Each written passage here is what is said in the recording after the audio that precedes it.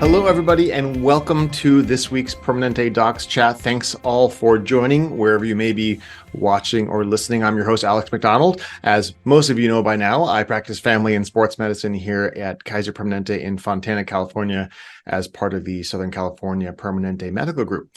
So I am very excited for today's chat. This is another collaboration with the American Medical Association. Today, we're going to be talking about COVID, RSV, flu vaccines, and sort of what I like to refer to now as winter respiratory illness season with our amazing guest, Dr.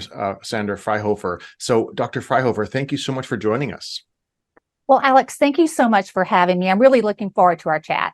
Absolutely. So Dr. Fryhofer wears many hats. I cannot list her CV here, unfortunately, but most specifically, she's the American Medical Association. I believe you're the president-elect, if I'm not mistaken. And she also No, I'm not the president-elect. I'm the immediate past chair. Okay, sorry. See, there you go. I already screwed up. So the immediate past chair, but more importantly, she's also on the Advisory Committee of Immunization Practices, which obviously goes through the data and the science regarding a lot of vaccines and recommendations to the FDA and CDC and various other regulatory bodies. And then many other roles, past president of the American College of Physicians and extensive media training. So maybe you can give me some media tips while we're here and doing this webinar. I think you're really funny, but I'm a liaison to ACIP, which is a CDC's Advisory Committee on Immunization Practices. And I've been a liaison for more than 20 years, first for ACP, the American College of Physicians, and then for both the ACP and the AMA, the American Medical Association. Mm-hmm. And then when I was elected to the AMA Board of Trustees, I had to limit to being only the AMA liaison to ACIP. And over that time, I've served on many ACIP vaccine work groups, and currently some of the ones I serve on include the COVID vaccine work group, the flu vaccine work group, and the adult schedule work group. Wonderful. Excellent. So clearly a huge amount of knowledge and experience, and I'm really hoping to get some pearls of wisdom here for all of our listeners. So we're going to be going through a whole bunch of information. If you're out there listening or watching live, you have questions, please drop them in the Q&A. We'll get to as many as we can. This is only about 20 minutes or so. We like to keep this kind of condensed and high yield. So get your questions in early. But let's just jump right in. So Dr. Fryhofer, tell us a little bit more about kind of who you are and what you do for your day job, so to speak. Well, I'm in private practice, general internal medicine in Atlanta, Georgia. I see patients in the office every day. I also take call. So as far as my work with vaccines is concerned and being a liaison to ACIP, being a practicing physician is really helpful because I hear firsthand the questions patients are asking, and I also experience firsthand how difficult sometimes it is to get patients vaccinated and how difficult it is sometimes to find the vaccines to do it. Mm-hmm. Yep, absolutely. Well, let's jump in here again. I don't like using the term cold and flu season. I like using the term winter respiratory illness season because I think that's more reflective of what's actually happening. And right now we have a large disconnect between the health risks of flu, RSV, and COVID, and patients' understanding of those risks and illnesses. So can you share a little bit about some of the latest data regarding sort of general public sentiment surrounding some of these illnesses, and then also then sort of the sentiment surrounding the vaccines for some of these preventable illnesses? Sure. Well, for the first time ever, we now have vaccines to protect against all three of these viruses that you've been mentioning, COVID, flu, and now RSV. NFID, which is the National Foundation for Infectious Diseases, just released the results of its annual adult immunization survey. And Alex, the results are very disturbing. Mm-hmm. This survey found that many adults underestimate the seriousness of these viruses. They don't have confidence in the safety of vaccines. They don't have confidence in the effectiveness of vaccines. And as a result, many say they don't plan to get vaccinated. In fact, for flu, more than 1 in 4 adults at higher risk of flu complications said they're not going to get a flu shot. Only 40% of adults said they plan to get a COVID vaccine. Only 40% of adults said they plan to get a dose of the RSV vaccine. And this is very concerning. We've got to raise awareness and address any misconceptions. These vaccines are safe and effective, and they've gone through extensive safety testing before they're licensed or authorized. understand these vaccines can keep you out of the hospital. They can save your life. And this is a message we've got to make sure that our patients understand.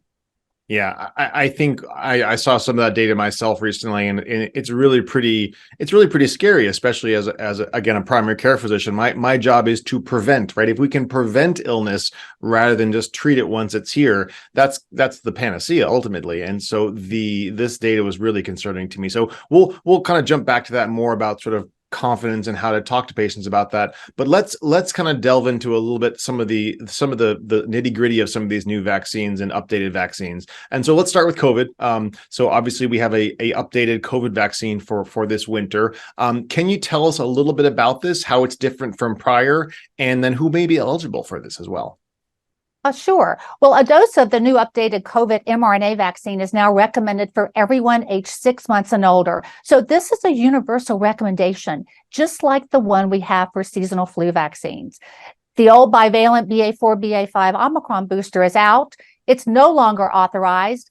The official name for this new XBB.1.5 monovalent version is the 2023-2024 COVID vaccine, or you can just call it the updated COVID vaccine. For those age 5 and older, a single dose is all you need to be up to date, regardless of previous vaccination status, and even if you've never had any previous COVID vaccinations. Now, that's because everyone aged 5 and older is thought to have had at least some immunity to COVID from vaccines, from previous infection, or both. For younger children, those aged 6 months through 4 years old, they also need at least one dose of this new updated vaccine, but they also have to prime their immune system with either 2 doses of Moderna or 3 doses of Pfizer. Patients with immunocompromising conditions need more vaccine doses overall. They need a 3-dose initial series of either mRNA vaccine product. They also need a dose of the updated vaccine, and they can get additional doses of the updated vaccine if it's recommended by their physician. So that's for mRNA. Mm-hmm. Now, there's breaking news from the FDA. Just yesterday, Novavax updated a vaccine has now been authorized for emergency use for those age 12 and older. If you've been previously vaccinated and choose to get a Novavax, all you need is a single dose. Those who have not been previously vaccinated will need 2 doses of the Novavax updated vaccine. So the good news here is we now have a choice of 2 different updated COVID vaccine platforms to choose from, the mRNA or the protein-based adjuvanted version by Novavax. Yeah, that was a very concise summary of a lot of information. Can you tell us a little bit about the differences between the mRNA versus the Novavax, and what might sway you to pick one versus another, or recommend one versus another for certain patients? Well, I think that we have more data about the mRNA. Just there have been more doses distributed, but the mRNA platform is new and some people just aren't comfortable with it. So the exciting thing about having this different platform is now there's a choice. If you're just someone that for whatever reason just doesn't want to get an mRNA vaccine, you can get this protein-based vaccine, which is a more classical platform and maybe what people are more used to. I personally have gotten all mRNA vaccine doses, and I've even gotten a dose of my updated vaccine. I got it the Saturday after it came out. Oh, I'm jealous. I have to get my updated vaccine still. It's been hard to find availability right now. The rollout is not quite as smooth as maybe we were hoping it would be, or when it was previously. Can you tell us maybe a little bit more about that rollout and how now, without sort of the federal government purchasing these vaccines, how now we're kind of back to this sort of patchwork availability and cost for those vaccines? Can you share a little bit about that from your perspective? Sure. The federal government is no longer fully funding these vaccines. And so they're in the commercial market. They're available at pharmacies. You have to sign up online. And what's happening here in Atlanta, there's been a greater demand than there has been availability. So I've had patients sign up online. They get there and they've run out of vaccine. So it's been a little bit frustrating, but in some ways that's good that people seem to be more interested in getting this vaccine. Another thing to know is the vaccine, this updated vaccine can be given at least 2 months after your last COVID vaccine dose. And if you recently had COVID, you no longer have to wait that 3 months after infection to get an updated vaccine dose. And I was really glad to hear that. In fact, I asked that specific question at the ACIP meeting because recently I'd seen an uptick in cases of COVID. They weren't super severe cases, but I just realized that my patients really needed a boost. So you can actually get a dose of the updated vaccine when you've recovered from the infection. Great. And that was my next question. You read my mind regarding prior vaccinations and prior COVID illness. So at this point, you can just 2 months or even after that acute illness period has passed, people are eligible. Is that correct? Right. 2 months after your last vaccine dose, or when you've recovered from a recent COVID infection. Perfect. So unfortunately, a lot of people are done with COVID in this nation, but COVID is not done with us, so to speak. And so what comments or what suggestions do you have for patients who sort of want to move on and don't really think they're at risk? And then what advice may you have for physicians as we counsel our patients regarding the importance of getting the updated COVID vaccine? Well, fortunately, COVID is not as bad as it's been in the past, but still each week we're seeing thousands of hospitalizations and hundreds of deaths due to COVID. And in the recent weeks, we were starting to see rates of hospitalizations beginning to increase. I've certainly been seeing a lot more cases in my practice. We know adults age 65 and older, as well as those with multiple underlying medical conditions, are at greatest risk of severe outcomes if they get COVID. We also know that children aged 5 to 17 are less likely to suffer severe illness. Mm-hmm. But still, hundreds of children in this age group died from COVID in 2021 and 2022. And Alex, half of the children who died had no underlying conditions. Right. There is no group that clearly has no risk from COVID. So even children and adults with no underlying conditions still can experience severe illness due to COVID. And then we think about these new variants that are emerging. Our immunity is beginning to wane.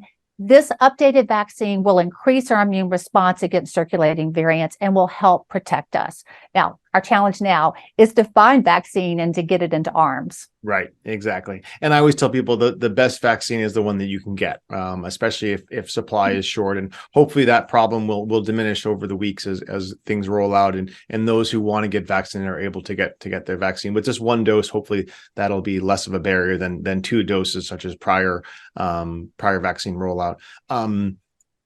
Lots more we could cover there, but in the sake of time, I want to switch gears a little bit to RSV and sort of the new tools we have here now to treat RSV. So tell us a little bit about RSV. I think most of the lay people had never heard of this before last year, maybe, but those of us who work in medicine obviously have heard about RSV quite extensively. So tell us about RSV and who are at sort of highest risk of severe illness and complications from respiratory syncytial virus as well. RSV is highly contagious, and for most of us, it just causes a nasty cold. But for the very young and the very old, RSV can lead to hospitalization, life-threatening pneumonia, and even death. RSV is the most common cause of hospitalizations for infants in the United States, and most infants are infected in their first year of life, and just about every child will have had it by the time they hit 2 years old. RSV kills between 100 to 300 children under the age of 5 each year in the United States. And the vast majority of those children, about 79% of those less than 2 years old who get RSV, had no underlying medical conditions. So this means all young infants are at risk of RSV. The CDC also, go ahead. Sorry, no, go ahead. I was going to talk about the effect on older adults. The CDC says that RSV is to blame for as many as 60 to 160,000 hospitalizations in those age 65 and older, and anywhere from 6 to 10,000 of these older adults die from it. And as a reminder, the RSV season usually lasts around 4 to 5 months, typically from October through March. So you mentioned winter respiratory viruses. A lot of these really start in the fall. Right, exactly. Which is why it's important we start vaccinations in September and in the fall, which dovetails very nicely. Now we have 2 brand new tools to protect both the very young as well as the very old regarding RSV this season. Which I personally, again, primary care doctor, all about prevention. I'm really excited about these preventative tools. So can you tell us about these new tools we have? That's right. We have vaccines and we have monoclonal antibodies. And Mhm. so for the very first time ever, we have these new tools to help older patients and also to protect babies against RSV. There are two RSV vaccines now available. One is by GSK. It's called Arexvy, and it contains an adjuvant, which is the same adjuvant that's in GSK's recombinant shingles vaccine, Shingrix. The other vaccine, Abrezvo by Pfizer, does not contain an adjuvant, but it is bivalent, meaning it protects against two different RSV strains, RSV-A and RSV-B. Mhm. Both of these are recommended for those age 60 and older under shared clinical decision making, which means you and your patient have to discuss and decide. Just about all adults hospitalized with RSV have underlying medical conditions, Mhm. and nearly half of them have three or more underlying medical conditions. The top three medical conditions in adults hospitalized with RSV include heart disease, chronic lung disease, and diabetes. And nearly a third of those hospitalized have congestive heart failure. We also have a seasonal maternal RSV vaccine dose, which is now recommended for pregnant people at age 32 to 36 weeks of pregnancy to protect babies born during RSV season. Only Abrezvo, the one that does not contain the adjuvant, is approved right now for pregnant people. That could change if the other one is FDA approved for this age group. But for right now, just Abrezvo for the pregnant persons. And the timing of the maternal RSV vaccine matters. Remember that the RSV season typically ranges from October through March. So we give the maternal RSV vaccine from September through January for pregnant people at 32 to 36 weeks of pregnancy. And the concept is you give the vaccine during pregnancy, so mom's protective antibodies are then passed on to baby, protecting the baby during those first few months of life in which these babies are so vulnerable. And it takes about 14 days for the vaccine, after getting the vaccine, to build up protective antibodies. There's Right. also a monoclonal antibody, nirsevimab, that's now recommended for babies. Mhm. And the recommendation is you can give a dose for babies under 8 months old experiencing their first RSV season. You can give a second protective dose for older babies up to 18 months that are experiencing their second RSV season if they're still at risk for severe disease. Right. So a lot of really good tools for, again, our older patients, or sorry, our more experienced patients, if you will, who have some underlying medical conditions, our expectant mothers, and then our brand new babies, and there's slightly different tools. And so I'm looking forward to seeing how effective this is to really reduce the illness for these vulnerable patients. And so that was a great summary. And last but not least, let's not forget about flu. Influenza is here. It's here every year. We have just decades worth of data regarding flu and flu vaccines and how effective they are. So is there anything new this season regarding the flu vaccine? Well, one thing that's not new is everyone 6 months and older needs flu vaccination every year. Yep. All the flu vaccines now are quadrivalent, but the newest flu news is for those with egg allergy, and it's not which vaccine they can get. Of course, those with egg allergy can get any age and health condition appropriate vaccine, either egg-free or egg-based. But what's new is where they can go to get their vaccine. Right. Egg allergic individuals no longer require additional safety measures beyond what others would get. And also a reminder for those 65 and older, the higher dose and adjuvant versions are preferred. They're more effective than the standard dose vaccine in protecting these older patients. And there are three of them, and they're one of a kind in their category. These include the high dose flu vaccine, Fluzone high dose, which is 4 times stronger than standard vaccines. The recombinant influenza vaccine, Flublok, which is 3 times stronger than the standard vaccines. And also Fluad, which is the only adjuvant flu vaccine that's available. It's the same strength as the standard vaccine, but it has an adjuvant added to boost its immune response. Great. And then lastly, again, speaking about, this time period where we are increased risk of transmitting these diseases during the population, let's talk about co-administration, right? Because prior we wanted to sort of separate out different vaccines. Right now, if I understand correctly, we can do all all the appropriate vaccines in one visit at one time. Is that correct? Yes, all three of these vaccines can be co-administered together and with other vaccines, with one exception. COVID vaccines should not be co-administered with mpox vaccines. Now, Right. I will tell you, Alex, last month when we were in September, I was encouraging people to try to get their COVID vaccine because I thought we still had a little bit of a wiggle room in getting those flu vaccines in. Mm-hmm. We sort of say if you get your flu vaccine before Halloween, you're good to go. Right. But I've had several patients just get them all at the same time and haven't gotten any complaints. I'm sure their arm was a little sore, but it's if there's any problem getting access to the vaccine or getting to the pharmacy, it's better to get it done than wish you had.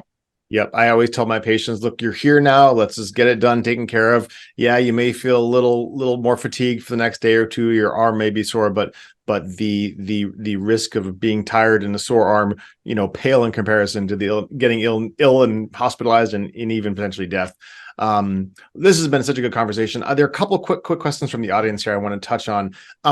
So do you have any recommendations for our physicians who want to chat with their patients who maybe are immunocompromised regarding all of these vaccines, and particularly those who may be a little bit resistant but are at high risk of complications from any of these winter respiratory illnesses? Do you have any recommendations there? Well, certainly immunocompromised patients need these vaccines. They need all three of them. The RSV would be indicated only if they're age 60 and older, because that's the FDA approval approval at this point. But they need all three of these. So just answering their questions, one of the ways that I approach talking to patients of vaccines is called the AIMS method. The A it stands for announce that you're going to give a vaccine. So say, okay, let's go. You need to go get your COVID, your flu, and your RSV vaccine. If you get any pushback, I is for inquire. If they don't want to do it, sort of ask why not. M is for mirror. Repeat the question and make sure you understand what they're asking in a very, non-confrontational way. And then S is for secure trust. Answer those questions, but keep the conversation open. And I found that that's really helping. And I'm seeing right now a big difference in the response to these three vaccines than maybe I did last year. I don't know if people are just seeing their friends come down with COVID. I think our experience this time last year with that little triple demic we had of RSV, COVID, and flu is people are starting to sort of think about that. But then when you hear this NFID survey that not everyone is thinking like my patients, it is concerning, but immunocompromised patients need to get these vaccines for sure. Yeah, I mean, I love that AIMS methodology. And one thing that I think is really important, especially as a family physician practicing primary care, I often will care for the entire family, and I'll get, call them tag-along flu shots or tag-along vaccines. If the baby is there and mom's there, I'm like, hey, you know what? You should get your flu vaccine as well. I'll make sure the whole family is protected. I think the other piece is I've had a lot of patients be very resistant over time for any number of vaccines, and just building that trust and repeating the same message over and over again. Eventually, some of my patients have come around and been like, all right, you know what, doc, you've taken care of me for 10 years. I trust you. I trust your judgment. And just making sure you leave the conversation open and doing it in sort of a non-judgmental way, I think is so valuable, because if you sort of shame and blame, they just sort of shut down, and then that degrades trust, and nobody wins, quite frankly. Right. And there's a lot of misinformation out there. And, certainly we as physicians, we are a trusted source of information. There also, I encourage patients to check websites with trusted sources of information. Our AMA website is one of them, and we have regular AMA updates on various topics. I do regular updates on our ACIP meetings. But, this physicians are a trusted source. So the AIMS method I found in my practice is really, really helpful.